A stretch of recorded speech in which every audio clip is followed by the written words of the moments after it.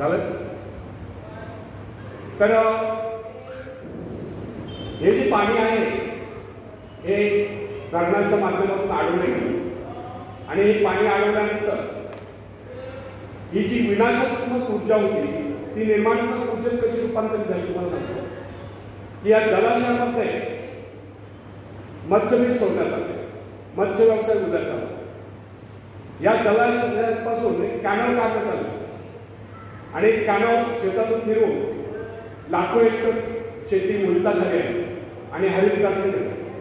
त्या हरित क्रांतीमुळे मोठमोठे साखर कारखाने उभे झाले आणि रोजगाराच्या संधी उपलब्ध झाल्या. जलवाहतुकीसाठी या जलाशयाचा उपयोग होतो. तसंच डाऊनस्ट्रीम साईड म्हणजे धरणाच्या खालच्या बाजूला जे ओसाड माळगणं होते किंवा टेकड्या होत्या तेथे फळबाग लावण्यात आला. राऊरी कृषी विद्यापीठ बघाल तर तुम्ही कॅनॉल केलेला तिथे. मग या ओसाड माळगणांचं रूपांतर म्हणजे फळबागांमध्ये रूपांतरित झालं. अशा पद्धतीने ही विनाशक ऊर्जा निर्माणात्मक ऊर्जेत रूपांतरित झाली आणि याच पाण्यापासून आपण त्याचा स्थितीज ऊर्जेचा उपयोग करून विद्युत ऊर्जेत रूपांतरित केलं आणि ही विद्युत ऊर्जा ऊर्जेचा स्रोत म्हणून वापरण्यात आली. आणि अशा प्रकारे मनुष्य जीवनामध्ये क्रांती झाली. मित्रांनो, आज सेवानिवृत्त प्राचार्य म्हणून मी सांगू इच्छितो की ज्याप्रमाणे उंचीवर साठवलेल्या पाण्यामध्ये प्रचंड पोटेन्शियल एनर्जी असते त्याचप्रमाणे युवकांमध्ये प्रचंड पोटेन्शियल एनर्जी आहे, त्यांच्यामध्ये प्रचंड क्षमता आहे. फक्त त्या क्षमतांना विशिष्ट दिशा देणं गरजेचं आहे. जर त्या क्षमतांना जर विशिष्ट दिशा दिली तर त्यांच्या त्या आंतरिक क्षमता आहे त्या ऊर्ध्वगामी होती आणि एक नवनिर्माण भारत होऊ शकेल. तर या लोकांच्या विकारांवरती नियंत्रण मिळवलं आणि म्हणजे संयमन आणि विवेकाचे बाण घालून त्यांच्या भावनांवर नियंत्रण मिळवलं तर त्यांच्या म्हणजे ऊर्ध्वगामी होतील. त्यांच्या ज्या क्षमता आहेत त्या ऊर्ध्वगामी होतील आणि एक नवनिर्माण नवी ऊर्जा लोकांमध्ये निर्माण होऊ शकते. तर त्या माध्यमातून मी विचार केला आणि युवकांसाठी काहीतरी देणं गरजेचं आहे असं मला तेव्हापासून वाटत होतं. आणि म्हणून मी जे विवेकानंदांना जे विचार भावले तेच विचार मी युवकांपर्यंत पोहोचवण्यासाठी मी स्वतःच त्या विचाराने प्रभावित झालो आहे. तेच विचार युवकांपर्यंत पोहोचवू इच्छितो आणि तेच विचार ज्येष्ठांपर्यंत पण मी पोहोचवणार आहे. माझं फार मोठं स्वप्न होतं म्हणजे रिटायर्ड मी ऑगस्ट 19 झालो त्यानंतर माझं पूर्ण भारत फिरण्याची इच्छा होती. परंतु दुर्दैवाने म्हणजे मार्च 20 पासून कोविड सुरू झाला आणि त्यामुळे मला बाहेर जाता आलं नाही. तर मी माझे सर्व व्याख्यानं माझे हिंदीमध्ये आहे. तुम्हाला कदाचित हिंदी थोडं वेगळं वाटेल पण काही हरकत नाही, समजणारं आहे. जर एखादा शब्द नाही समजला तर तुम्ही व्याख्यान झाल्यानंतर मला विचारू शकता, काही हरकत नाही. तर आत्मनिर्भरता या विषयावर मी बोलणार आहे. तर लॉकडाऊन पिरियडमध्ये आपले भारताचे आदरणीय पंतप्रधान नरेंद्र मोदी सर इन्होंने आत्मनिर्भर भारत इस विषय पर स्पीच दिया था, शायद आपने सुना होगा. भारत आत्मनिर्भर कब बनेगा? जब भारत का हर नागरिक आत्मनिर्भर बनेगा तभी भारत आत्मनिर्भर बन सकता है. और इसी विषय पर मैं बोलने वाला हूं. तो फ्रेंड्स, आत्मनिर्भर बनने की क्षमता वास्तव में हर व्यक्ति में है, परंतु बहुत कम लोग ऐसे होते हैं जिन्हें अपने ऊपर विश्वास है.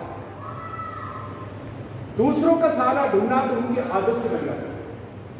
ये बात हमें कभी नहीं भूलनी चाहिए. दूसरों के सहारे चलना तो बड़ा आसान है, किंतु इससे हमारी रही सही शक्ति क्षीण हो जाती है. मस्तिष्क और योग्यता इनका जितना उपयोग किया जाएगा ये उतने बढ़ेंगे, इनका उतना ही विकास होगा.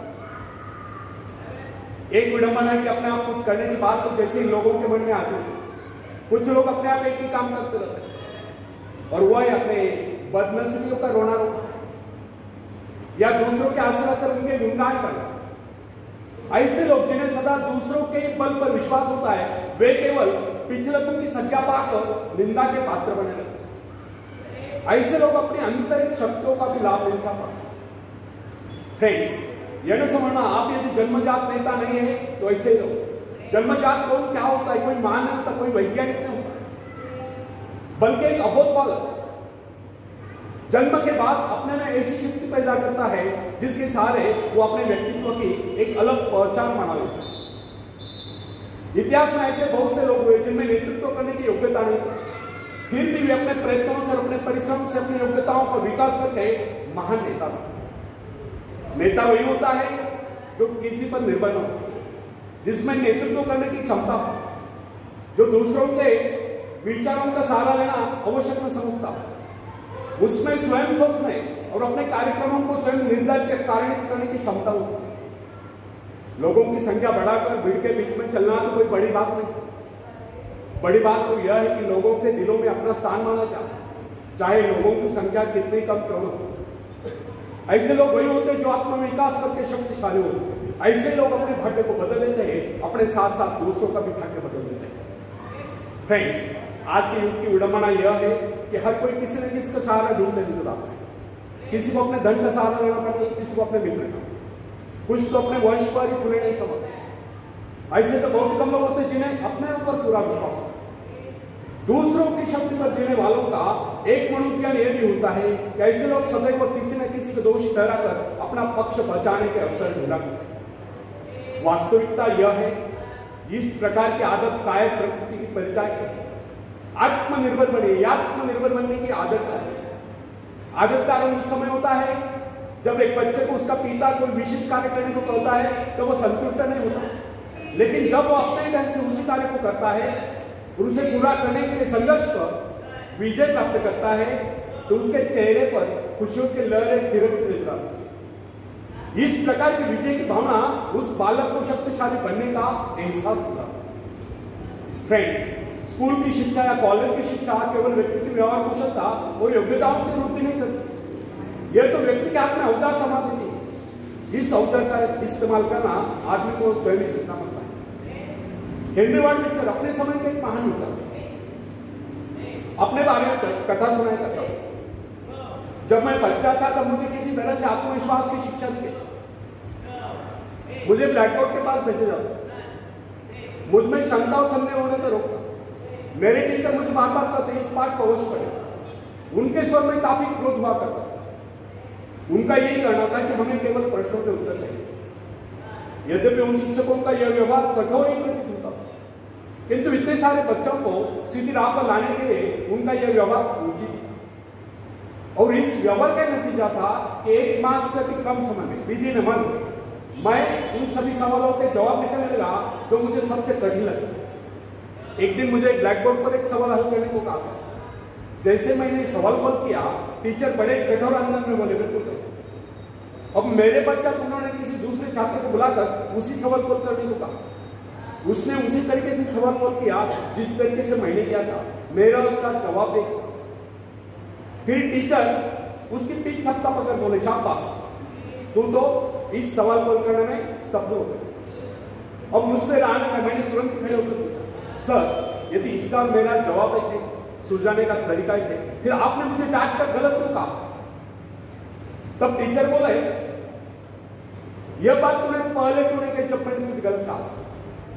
फ्रेंड्स, केवल पाठ को याद करने से कोई मतलब नहीं।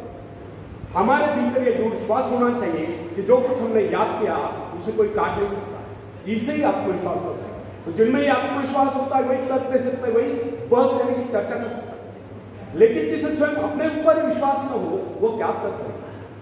उसके तो अच्छे कार्यों पर भी अगर हमने गलत कहा तो उसे यही समझ लेना होगा, हो सकता है वो गलत है। फ्रेंड्स, मनुष्य को भ्रम होता है कि अकेले काम करने से अच्छा किसी दूसरों की सहायता लेकर काम करना होता है। लेकिन अपने ऊपर विश्वास करके पूरी लगन से अगर कार्य किया जाए तो उसमें सफल होने की आशा दोगुनी हो जाती है। हर महत्वाकांक्षा का अर्थ होता है अपनी शक्तियों का परीक्षण करना, लेकिन दूसरों की नकल करने, दूसरों पर निर्भर रहने से व्यक्ति में दुर्बलता ही तो आती है। शक्ति तो हमारे स्वयं के मेहनत करने से आता है। अखाड़े के पास बैठकर हम अपने शरीर को शक्तिशाली नहीं बना सकते, या दूरदर्शन पर एक्सरसाइज प्रोग्राम देखकर हम अपने शरीर को तंदुरुस्त नहीं बना सकते। इसके लिए हमें स्वयं ही व्यायाम करना होगा, स्वयं ही एक्सरसाइज करनी होगी। फ्रेंड्स, यदि आप जीवन में सफलता चाहते हैं तो इसके लिए आपको स्वयं ही प्रयास करना होगा, स्वयं उस रास्ते पर चलना होगा जो आपको उन्नति पर जाता है। वह रास्ता है आत्मविश्वास का। अपनी शक्ति को पहचान कर आप सफलता प्राप्त कर सकते हैं, या अपनी योग्यता को पहचान कर आप सफलता प्राप्त कर सकते हैं। मगर यदि आप यह सोचते हो कि संसार में कोई दूसरा व्यक्ति काम कर रहे और सफलता हमें प्राप्त हो, तो ऐसे कैसे हो सकता है? जो लोग बच्चों को इस प्रकार जीवन क्षेत्र में उतरना चाहते हैं कि वे बिना किसी संघर्ष के, बिना कोई कष्ट उठाए आगे बढ़े, तो वे उनकी राह में कांटे बिछाते।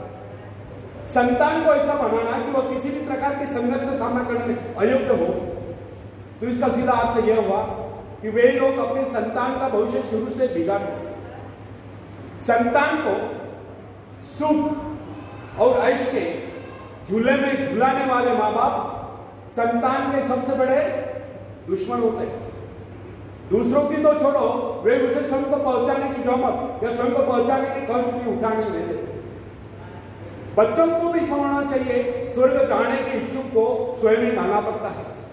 स्वर्ग वही जाएगा जो मरेगा, दूसरा कोई नहीं कर सकता। इसी प्रकार जीवन का सच्चा आनंद वही पाएगा जो अपनी आत्मा की शक्ति को पहुंचाएगा।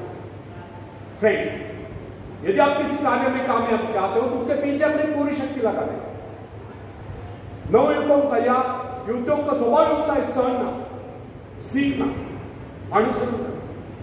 लेकिन अगर उनके अभिभावकों द्वारा या माँ बाप के द्वारा बचपन से सारे इशारा देकर उन्हें जीवन संघर्ष के लिए हतोत्साहित किया गया हो, निराश किया गया हो, तो इसका परिणाम ये निकलता है कि वे अकेले चलना भूल जाते हैं। उनकी हालत पैसा के ऊपर चलने वाली हो जाती है, फिर तमाम उम्र वे बिना किसी सहारे के चले नहीं पाते। इसलिए फ्रेंड्स, यदि जीवन में कुछ करना चाहते हो, कुछ बनना चाहते हो, तो अपनी सहायता स्वयं करें।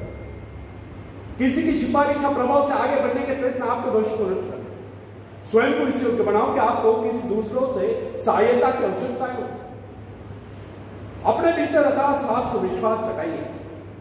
आनंद तो उसी उन्नति में आता है जो स्वयं के द्वारा प्राप्त हो।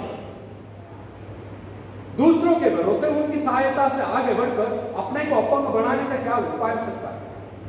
इससे तो मनुष्य की अपनी सारी शक्तियां दम तोड़ देती, अपनी बुद्धि कुंद हो जाती है। जो दूसरों की सहायता का मोहताज बना रहे, जो अपना हाथ तक नहीं ला सकता, वो क्या कर सकता है? वो जीवन में दूसरों का मोहताज बना रहे। ना उनमें आत्मविश्वास आता है, ना वे स्वयं के भरोसे आगे बढ़ पाते। उनका तो भविष्य ही अंधकार में होता है।